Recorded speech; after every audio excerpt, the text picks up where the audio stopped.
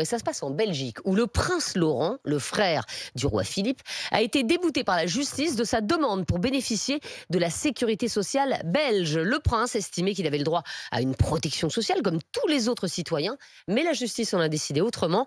Et en France aussi, Rémi, le débat sur les remboursements des frais de santé en fonction de la situation des assurés revient très souvent sur la table. Ouais, le sujet n'est pas nouveau, hein. Déjà en 2007, Nicolas Sarkozy l'avait envisagé pour réformer la sécurité sociale, défendue à l'époque par Bertrand Fragonard, président du Haut Conseil de la famille. Ce dispositif n'avait finalement pas vu le jour. Plus récemment, c'est en mai dernier que Jean-Carl Grelier, député Renaissance de la Sarthe, a déposé un projet de loi sur la question, alors que le gouvernement était déjà à l'époque à la recherche d'économies à faire sur le système santé, pour le système santé. Eh bien, l'élu suggérait de tout changer pour créer un nouveau modèle de financement de soins. Concrètement, et pour faire simple, son idée était de faire payer aux patients leurs consultations médicales ou leurs médicaments à hauteur d'un pourcentage de leur revenu annuel. Pourcentage qui serait fixé chaque année par le Parlement dans la loi de financement de la sécurité sociale. Conséquence, les plus modestes paieraient leurs soins moins cher que les plus aisés, là où actuellement ils sont remboursés de la même manière par l'assurance maladie.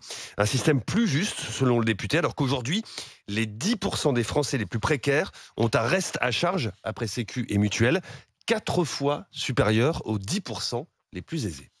Alors, rembourser les frais de santé en fonction des revenus, pour ou contre? Jérôme Lavrieux. Absolument, résolument contre. D'accord. Même si c'est déjà le cas.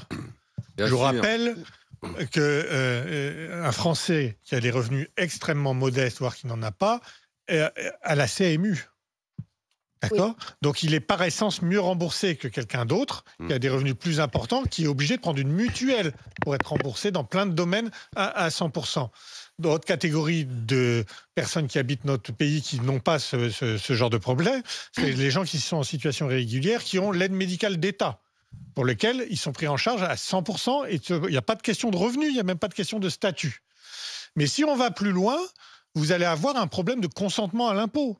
Je vous rappelle qu'on aime ou qu'on n'aime pas, en France, on ne sait jamais qui est riche, qui n'est pas riche. Avec François Hollande, au-dessus de 2 000 €, on était riches. Donc, Non, c'était 4 000. 4 000, ah oui, tu parles. Tu exagères. Non, mais c'est juste pour être précis. Oui, mais enfin, par rapport à Elon Musk, il y a une marge quand même. Ouais, d'accord ? Oui, une petite, oui. Eh ben, tu fais partie de ceux qui cotisent le plus. Bien sûr. D'accord ? Bien sûr. Et si, à force de dire ceux qui cotisent le plus seront le moins pris en charge par rapport à ceux qui cotisent le moins, il y aura un problème de consentement à l'impôt. Ils diront, mais moi, la Sécu, très bien. Si elle ne me couvre pas, moi je cotise plus, je vais aller carrément dans le privé. Eh ben oui. Et du coup, on va perdre 80% des recettes qui permettent de prendre à 100% ceux qui cotisent au maximum de ce qu'ils peuvent ou qui cotisent pas du tout. Et on aura l'effet exactement inverse. Ça s'appelle le problème du consentement à l'impôt. Si à un moment vous dites « je paye beaucoup », je trouve ça normal. Tout le monde en profite. Enfin, tout le monde en bénéficie, pardon. Oui, moi, mais eux, y ils compris. veulent que tu payes encore plus. Moi y compris. Mais si on te demande de payer encore plus et ce que tu cotises ne te revient pas à toi, je rappelle que c'est contributif. D'accord ? C'est pas une aide solidaire, c'est contributif. Et bien là, les gens diront non, mais moi je vais m'exiler ailleurs ou je vais prendre une sécu privée qui sera basée en Angleterre. Ou voilà. Je rappelle qu'en France, quand tu es malade, tu rentres dans un hôpital. La première chose qu'on te demande, c'est si tu as une carte vitale. Si tu ne l'as pas, on te soigne quand même. Aux États-Unis, on te demande ta carte bleue. Est-ce qu'on veut arriver à ça ? Continuons comme ça. Oui, mais alors après, on sait que la sécurité sociale est déficitaire, que chaque année, le déficit se creuse. Donc, il faut bien trouver des solutions. Est-ce que ce serait une bonne solution, selon vous, Anne-Sophie Saint-Père ? C'est vrai que vous êtes celle sur le plateau qui allez vous insurger quand même le plus souvent contre les milliardaires, notamment. Est-ce que cette idée, elle est plaisante à vos yeux ? Non, mais pour moi, c'est aussi une mauvaise idée. Parce que, effectivement, je pense que chacun doit contribuer selon ses moyens. Donc, pour moi, c'est normal que si, même sans être milliardaire, mais que quelqu'un qui gagne 10 000 € par mois paye plus que quelqu'un qui gagne 2 000 € par mois, ça me paraît logique. Mais cette inégalité, enfin, ce partage-là, il existe déjà au moment de la contribution. Et pour moi, je pense que c'est le système de sécurité sociale qu'on a mis en place après la Seconde Guerre mondiale, dans une idée de solidarité, de relever la France, c'était chacun contribue selon ses moyens et ensuite reçoit selon ses besoins. Et pour moi, il faut absolument rester là-dessus. On a une forme de solidarité, parce que si on est plus riche, on paye plus de cotisations, on paye plus d'impôts. Mais en revanche, quand on doit se faire soigner, c'est selon ses besoins.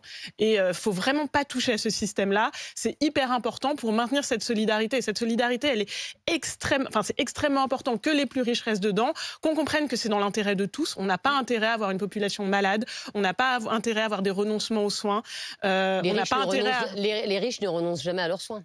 Oui, mais alors, j'espère, mais on n'a pas intérêt à avoir un renoncement aux soins parce que les riches, effectivement, ne voudront plus cotiser à la sécurité sociale parce que ce sera doublement, ils considéreront que c'est doublement injuste. Pour moi, le fait qu'ils cotisent plus, c'est pas injuste. Parce que même si on gagne 10 000 euros par mois, qu'on paye 100 euros, enfin, si on gagne 10 000 euros par mois, si on nous prélève de 100 euros, c'est moins coûteux que quand on gagne 2 000 et qu'on nous prélève 50 euros. Donc, de toute façon, on n'est déjà pas dans une proportionnalité. Donc, encore une fois, je veux dire, c'est pas parce qu'il y a une contribution différente au départ que c'est injuste. En revanche, s'il y a deux différences au départ et à l'arrivée, là, on est sur la question du consentement et je comprends que ça fasse trop. Donc non, pour moi, c'est une mauvaise idée il faut maintenir des contributions en fonction des revenus. Mais par contre, le soin, il doit être ouvert à tous.